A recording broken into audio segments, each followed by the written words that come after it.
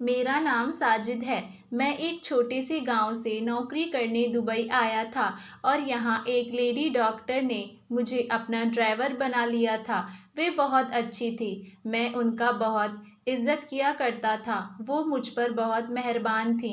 मुझे अपने घर में ही रखा हुआ था क्योंकि घर में वो बिल्कुल अकेली रहती थी। लेकिन अजीब बात ये थी कि एक रात को हल्की हल्की सी उनके कमरे से किसी की आवाज़ें आती थी।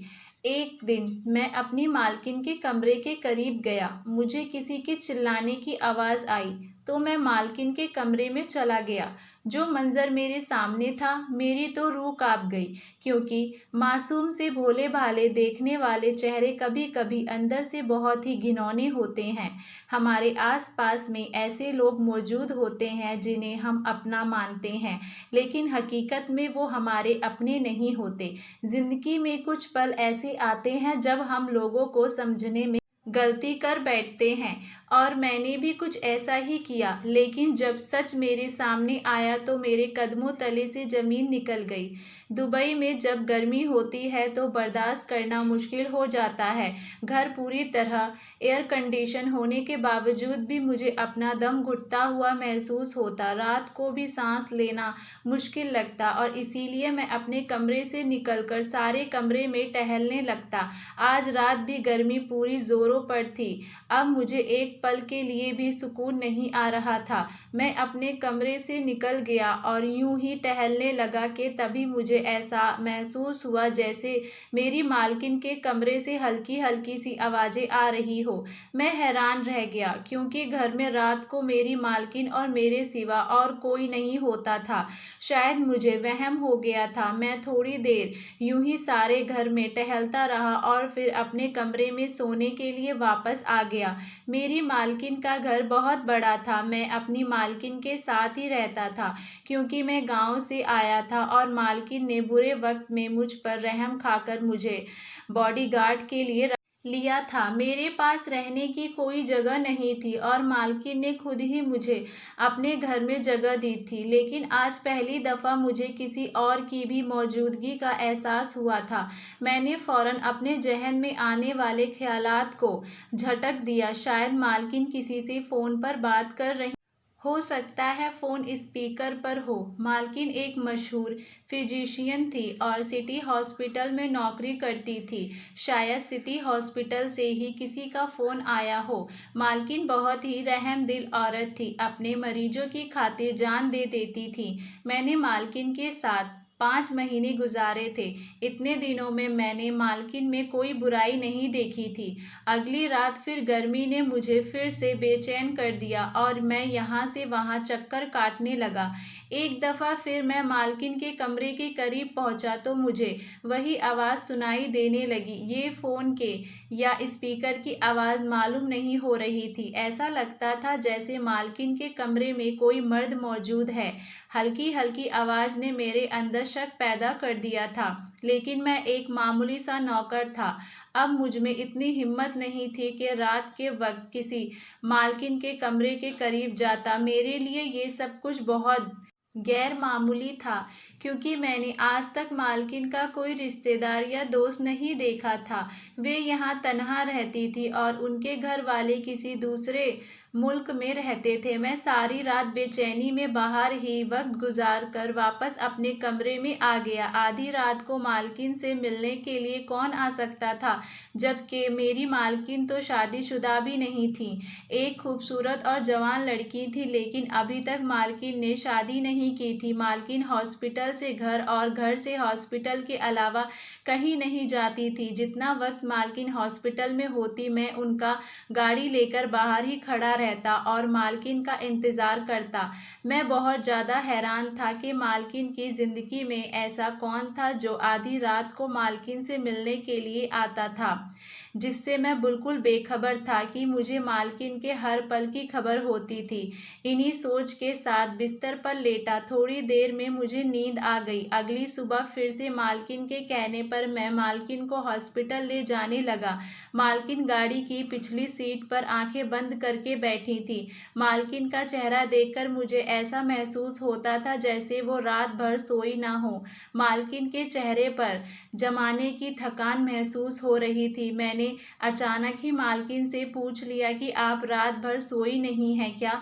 मेरी बात सुनकर मालकिन ने हड़बड़ाहट आंखें खोल दी और कहने लगी कि साजिद, तुम ये सवाल क्यों पूछ रहे हो? मैं भला रात भर क्यों नहीं सोऊंगी?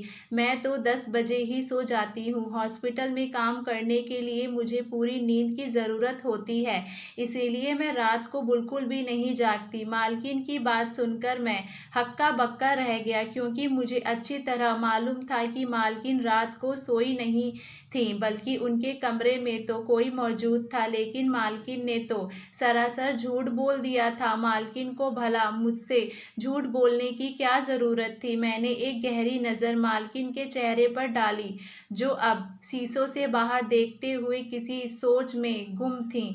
और हम हॉस्पिटल पहुंच गए थे और मालकिन गाड़ी से उतरकर हॉस्पिटल के अंदर चली गई थी। लेकिन मैं गाड़ी में बैठकर मालकिन के झूठ के बारे में सोच रहा था। मैं एक मामूली सा नौकर था और मैं मालकिन को मुझसे झूठ बोलने की बिल्कुल भी ज़रूरत नहीं थी। यकीनन कोई ना कोई ऐसी बात थी जो मालकिन छुपाने की कोशिश कर रही थी। मेरे मन में मालकिन के लिए जो ख्याल आ रहे थे, मैं वो सोचना भी नहीं चाहता था, क्योंकि मेरी नज़र में मालकिन एक अच्छे किरदार वाली और शरीफ औरत थी। शाम के वक्त मालकिन हॉस्पिटल से निकली और सीधा घर आकर अपने कमरे में चली गई। मुझे भी उनके बाद कोई काम नहीं होता, इसीलिए मैं भी अब अपने कमरे में आराम करने चला गया। गर्मी ने इस कदर जोर पकड़ रखा था कि हर कोई अपने घरों में कैद था। दुबई में सब लोग अपने घरों से बाहर निकलकर हफ्ता के आखिरी में एक दिन शॉपिंग करने जाया करते थे। बाकी सारा हफ्ता सब लोग बिजी रहते थे। मैं भी मालकिन को अच्छे मॉल में ले जाया करता था और बाकी दिनों में घर से हॉस्पिटल और हॉस्पिटल से घर का एक ही चक्कर रोज लगाना होता था। मेरी नौकरी बहुत ही पुरसुकून और आरामदेह थी। मुझे किसी चीज़ की कोई तकलीफ नहीं थी, मगर मैं दुबई किसी और मकसद से आया था। लेकिन अब मैं अपनी नौकरी से बहुत खुश था। सारा वक्त मैं अपने कमरे में ही रहा करता और रात को जब कमरे से बाहर निकलता तो कमरे से हल्की हल्की आवाज़ आती थी। उसके बारे में जानना चाहता था। मालकिन के कमरे से थोड़ी ही दूर मुझे वो आवाज़ सुनाई देने लगी थी। मैं वहीं ठहर गया था। वो आवाज़ें इस कदर हल्की थी कि मुझे पूरी तरह कुछ भी सुनाई नहीं दे रहा था। न जाने कौन मालकिन से मिलने के लिए रात के इस वक्त छिपकर आया था, जिसके बारे में मालकिन मुझे भी नहीं बताना चाहती थी। कुछ ही देर बाद मैं अपने कमरे में जाने के लिए वापस पलटने लगा तो मुझे मालकिन के कमरे से चीखने चिल्लाने की आवाज़ सुनाई दी। अब मुझसे रहा नहीं गया। मैं तेज़ी से मालकिन के कमरे की तरफ बढ़ा और जैसे ही दरवाजे को हाथ लगाया तो दरवाज़ा अपने आप खुलता ही चला गया। अंदर के मंजर ने मुझे हिलाकर रख दिया था। मेरी मालकिन तो अपने कमरे में 3 आदमियों के साथ। अंदर का मंजर में नाकाबिले बयान था। जैसे दिखाई देता था वैसे हरगिज़ भी नहीं होता। मैं अपनी मालकिन को बहुत ही नेक और शरीफ समझता था, लेकिन जो कुछ मैंने देखा था उसके बाद जैसे सब कुछ बदल कर रह गया था। मैं आज से 7 महीने पहले बड़े बड़े ख्वाब आंखों में लिए दुबई आया था। मेरी माँ ने अपनी ज़िंदगी की सारी जमा पूंजी लगाकर अपने एक जानने वाले के जरिए से मुझे दुबई भिजवाया था। मेरी माँ के रिश्तेदार ने माँ को बताया था कि दुबई में बहुत आसानी से नौकरियाँ मिल जाया करती हैं। उसने माँ से 6 लाख रुपए लेकर मुझे दुबई का वीज़ा और पासपोर्ट पकड़ा दिया था और मैं बगैर किसी भी नौकरी को सोचे समझे ही यहाँ ये सोचकर दुबई चला आया था कि यहाँ आते ही मुझे मेरी मनपसंद की नौकरी मिल जाएगी। मैं दुबई को अपने ख्वाबों की नगरी समझ रहा था, लेकिन यहाँ आने के बाद मुझ पर हकीकत का एहसास हुआ कि बगैर मेहनत के इंसान को कुछ भी हासिल नहीं होता। मैं एक छोटे रह रहा था और नौकरी ढूंढने की कोशिश कर रहा था, लेकिन मुझे कोई नौकरी नहीं मिल रही थी। एक होटल में मुझे साफ सफाई करने की नौकरी मिली तो मैंने उस काम को छोटा बड़ा नहीं समझा और साफ सफाई का काम करने लगा। मेरी माँ रोज़ मुझे फ़ोन करती और मैं अपनी माँ को झूठे दिलासे देता। यहाँ आने के बाद मुझे पता चला था कि मेरे पास तो 4 महीने का ही वीज़ा था और फिर मुझे वापस घर चले जाना था। मेरी समझ में नहीं आता था कि मैं अपनी माँ को क्या जवाब दूंगा। मुझसे दुबई की गर्मी भी बर्दाश्त नहीं होती। होटल की साफ सफाई करके वापस अपने कमरे तक आने के लिए मुझे पैदल सफ़र करना पड़ता और गर्मी की शिद्दत से मेरी तबीयत खराब हो जाती। ऐसे ही एक दिन साफ सफाई करके होटल से निकला तो बीच रोड पर ही चक्कर खाकर बेहोश हो गया। जब होश आया तो मैंने अस्पताल के बिस्तर पर खुद को पड़ा हुआ पाया और एक खूबसूरत सी लेडी डॉक्टर मेरे सर पर खड़ी थी। मेरे सर पर पट्टी बंधी हुई थी, सर में बहुत दर्द उठ रहे थे। वो लेडी डॉक्टर मुझसे मेरे बारे में पूछने लगी तो मैंने सब कुछ सच सच बता दिया। मेरे बारे में जानकर वो कहने लगी, रास्ते में तुम मेरी गाड़ी से टकरा गए थे। अच्छा हुआ कि मुझे ज़्यादा चोटें नहीं आई थी क्योंकि गाड़ी की रफ्तार बहुत तेज़ नहीं थी और वही मुझे उठाकर हॉस्पिटल ले आई थी। लेडी डॉक्टर ने मेरी हालत देखते हुए मुझसे अपने घर चलने को कहा। वो कह रही थी कि मेरा ये हाल इसकी वजह से हुआ है, इसीलिए मुझे अपने घर पर रखकर ठीक करना चाहती हैं। पहले तो मैंने इनकार किया लेकिन फिर उसकी रिक्वेस्ट पर मैं मान गया था। होटल का किराया भरना अब मेरे बस की बात नहीं थी। 3 दिन उस लेडी डॉक्टर ने मुझे अपनी निगरानी में रखा और मैं बिल्कुल ठीक हो गया। 3 दिन बाद मैंने उससे इजाज़त चाहा तो वो कहने लगी कि उसे ड्राइवर की बहुत ज़रूरत है और अगर मुझे ड्राइवरिंग आती है तो वो मुझे हमेशा के लिए अपने पास मुलाजिम के तौर पर रख सकती है। मैं गांव में अपने दोस्तों की गाड़ियां चलाया करता था, इसीलिए मुझे अच्छे से ड्राइविंग आती थी। ये बात सुनकर वो बहुत खुश हो गई और कहने लगी कि मैं उसके ही घर में रह सकता हूँ और इसके लिए ड्राइवर की नौकरी कर सकता हूँ।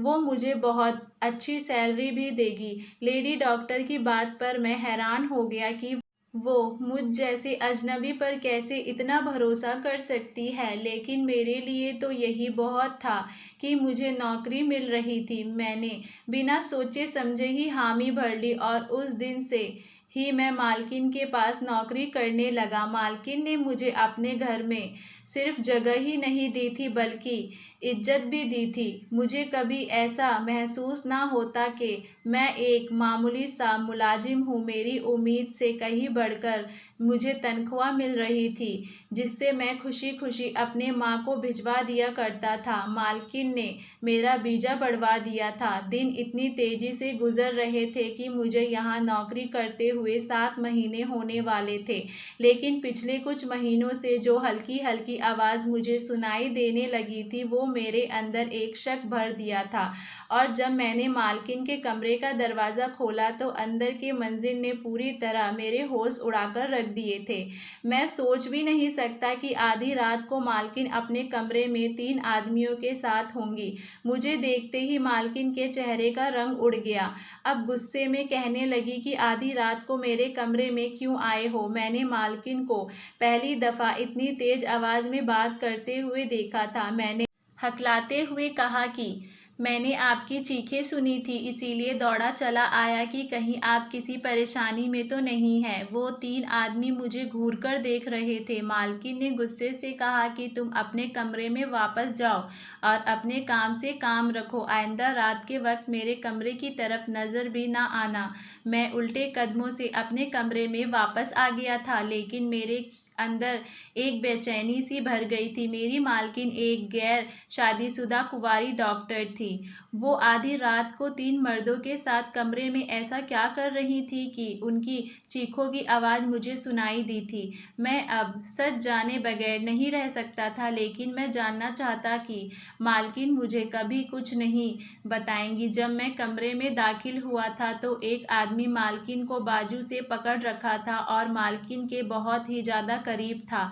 मालकिन और इसके दरमियान फासला ना होने के बराबर था और उसी बात ने मुझे हैरान कर दिया था कि मालकिन जैसी नेक औरत कैसे एक वक्त में 3 आदमियों के साथ रात गुजार सकती है। अगली सुबह भी मालकिन मुझे कोई बात किए बगैर ही गाड़ी में बैठ गई, लेकिन मालकिन का चेहरा आज भी लाल पीला हो रहा था। रात भर की थकान उनकी आंखों में साफ दिखाई दे रही थी।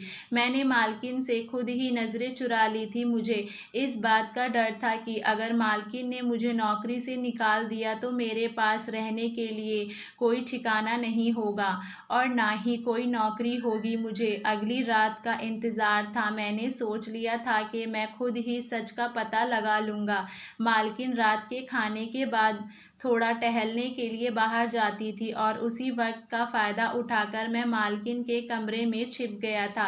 मैं चाहकर भी इस बात पर यकीन नहीं कर पा रहा था कि मेरी मालकिन एक बदकिरदार औरत हैं, और अगर मैं मान भी लेता कि मालकिन बदकिरदार हैं तो फिर वे चीखती क्यों। मालकिन के चेहरे का रंग दिन ब दिन पीला पड़ता जा रहा था। मैं मालकिन के कमरे में छिपा हुआ था। मालकिन टहलकर थोड़ी ही देर में अपने कमरे में आकर बैठ गई थी।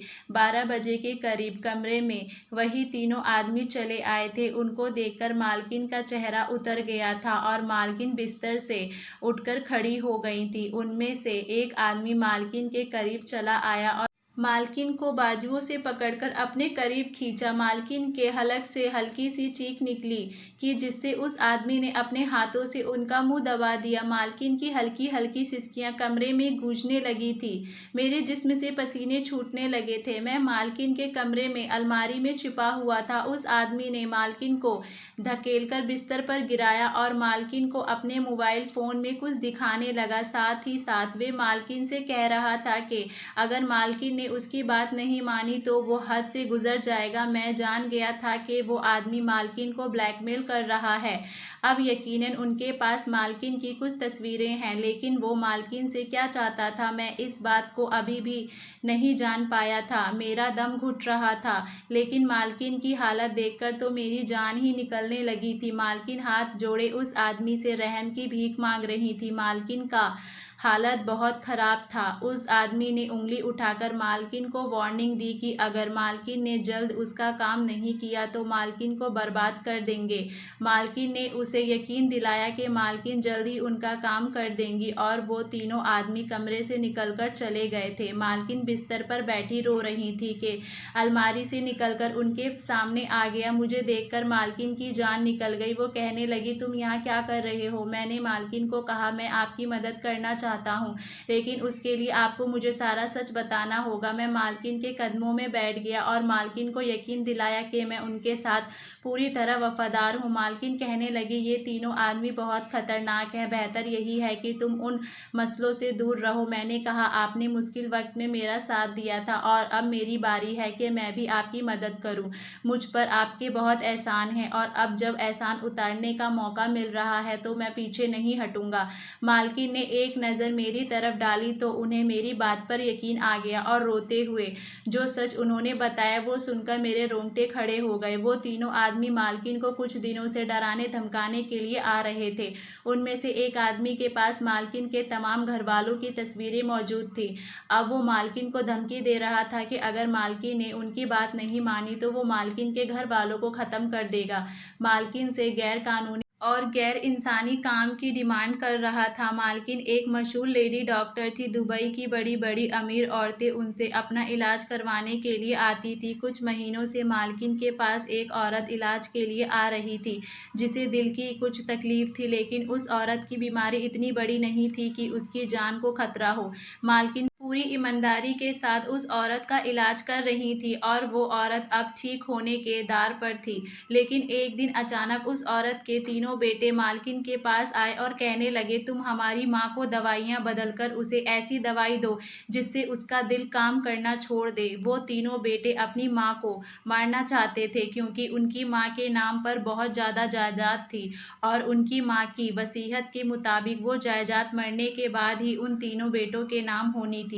दुर्बलता कानून बहुत ज़्यादा सख्त है, इसीलिए वो तीनों अपनी माँ के खिलाफ कुछ नहीं कर सकते थे। इसीलिए उन्होंने सोचा कि क्यों ना डॉक्टर के ज़रिए ही अपनी माँ को ख़त्म करवा दिया जाए। मालकिन एक नेक और ईमानदार डॉक्टर थी और ये बात उन्हें किसी सूरत में गवारा नहीं थी कि वो एक सेहतमंद औरत को गलत दवाइयाँ देकर मौत की दहलीज पर पहुंचा दे। इसीलिए मालकिन ने उन तीनों को साफ मना कर दिया और उनकी रिपोर्ट पुलिस में दर्ज करवा दी, धमकी दी। लेकिन वो तीनों भाई बहुत ही शातिर दिमाग के थे। उन्होंने मालकिन के घर वालों का पता लगा लिया था और वे मालकिन के घर वालों को मौत के घाट उतारने की धमकियां दे रहे थे। एक तो मालकिन की बहन के साथ भी गलत हरकत करने की धमकी दे रहा था। मालकिन के घर वाले एक छोटे से गांव में रहते थे और वहां उन्हें मौत के घाट उतारना कोई मुश्किल काम नहीं था। अपने घर के बारे में ये सब सोचकर मालकिन की जान निकल गई थी और उन्होंने पुलिस में रिपोर्ट दर्ज करवाने का इरादा बदल दिया। लेकिन वे चाहकर भी उन तीनों की मां को गलत दवाई ना दे सकी। वो तीनों कुछ महीनों से हर रात मालकिन के पास आते और मालकिन को बुरी तरह डराते धमकाते। मालकिन किसी न किसी बहाने से उन्हें रोकती आ रही थी, लेकिन अब उन तीनों का सब्र खत्म हो चुका था और वो जल्द से जल्द अपनी मां को ही मौत के घाट उतारना चाहते थे। उन्होंने मालकिन को 4 दिन का वक्त दिया था। अगर मालकिन ने 4 दिन में कुछ नहीं किया तो मालकिन के पूरे घर वालों को जान से मार देगा। मालकिन सारी बात बताने के बाद बुरी तरह रोने लगी। वो इस कदर बुरी तरह फंस गई थी कि उनके पास कोई रास्ता नहीं था। ये तीनों आदमी मालकिन की कमज़ोरी का फ़ायदा उठा रहे थे। वो जानते थे कि मालकिन यहाँ अकेली रहती है। जायदाद की खातिर वो सगे दिल अपनी ही माँ को मरवाने को तैयार कर बैठे थे। मालकिन के घर वालों को मारना उनके लिए क्या मुश्किल था। जो मालकिन को लेकर गलत बातें सोच रहा था, सारा सच जानने के बाद मुझे अपनी ही सोच पर शर्मिंदगी होने लगी थी। मालकिन तो वाकई एक नेक डॉक्टर थी। मैंने मालकिन से कहा, आपको डरने की ज़रूरत नहीं है, अब मैं आपके साथ हूँ। मालकिन कहने लगी कि वो तीनों आदमी मुझ पर पूरी तरह नज़र रखते हैं और मैं घर से हॉस्पिटल और हॉस्पिटल से घर के अलावा कहीं नहीं जा सकती। मैंने मालकिन से कहा कि फ़िक्र मत करिए, आप कहीं नहीं जा सकती, लेकिन मैं तो जा सकता हूँ। मालकिन मेरी शक्ल देखने लगी। फ़िक्र मत करो, मैं खुद पुलिस के पास जाऊँगा और उन्हें एक एक बात बताऊँगा। वो तीनों भाई जब एक साथ गिरफ्तार हो जाएंगे तो आपके घर वालों को नुकसान पहुँचाने के लिए कोई नहीं बचेगा। मेरी बात सुनकर मालकिन इत्मीनान हो गई। अगले दिन मैंने मालकिन को हॉस्पिटल छोड़ा। मालकिन की गाड़ी को हॉस्पिटल के पार्किंग में ही खड़ा कर दिया और खुद चुपके से गाड़ी से निकलकर टैक्सी लेकर पुलिस स्टेशन पहुंच गया। मैंने हर बात पुलिस वालों को बता दी और उसके कुछ ही देर बाद पुलिस ने एक्शन लेकर उन तीनों को गिरफ्तार कर लिया। मालकिन ने भी अपनी मरीजों को सारा सच बता दिया। वो तीनों गिरफ्तार हो चुके थे। उनकी मां ने बताया कि वो तीनों उसके सगे बेटे नहीं हैं, बल्कि उसके पिता की पहली बीवी की औलाद हैं। लेकिन उन्हें इस बात अंदाज़ा नहीं था कि दौलत की खातिर वे तीनों बेटे, जिन्हें उन्होंने पाल पोस कर बड़ा किया है, उनकी जान लेने की कोशिश करेंगे। जरा सी ज़मीन जायदाद की वजह से मालकिन इतनी बड़ी मुश्किल से आसानी से बाहर निकल आई थी। मालकिन ने मेरा शुक्रिया अदा किया और कहने लगी कि अगर मैं उनका साथ नहीं देता तो शायद वो गलत रास्ते पर अपने कदम बढ़ा देती। मैंने कहा, इनमें शुक्रिया की कोई बात नहीं थी। मेरे ऊपर मालकिन के बहुत एहसान थे और मैंने तो बस उन्हें एहसान का बदला चुकाने की कोशिश की थी। आजकल लोग दौलत और पैसों के लिए इंसानियत तक भूल जाते हैं। वो तीनों आदमी भी इतने बदनसीब निकले कि पैसों की खातिर अपने ही माँ को ख़त्म करवाने की कोशिश कर रहे थे। मैंने मालकिन से माफ़ी मांग ली थी, क्योंकि कुछ ही वक्त के लिए ही सही, लेकिन मुझे मालकिन बद-किरदार महसूस हुई थी। मैं ये सोचने लगा था कि वो रात को 3 मर्दों के साथ वक्त गुजारती हैं, जबकि वो तो तकलीफ़ की दहलीज पर थीं। कभी-कभी पूरी तरह सच जाने बगैर कोई फ़ैसला नहीं करना चाहिए और अगर आपने आसपास कुछ भी अजीब या अलग महसूस हो तो ज़रूर गौर करना चाहिए। अगर मैं मालकिन के कमरे से आने वाली आवाज़ों को नज़रअंदाज कर देता और उनकी आंखों में मौजूद तकलीफ़ को ना जान पाता तो शायद मालकिन अपने मरीजों की कातिल बन जाती। दोस्तों, उम्मीद करती हूँ आपको हमारी कहानी पसंद आई होगी। मिलते हैं अगली कहानी में।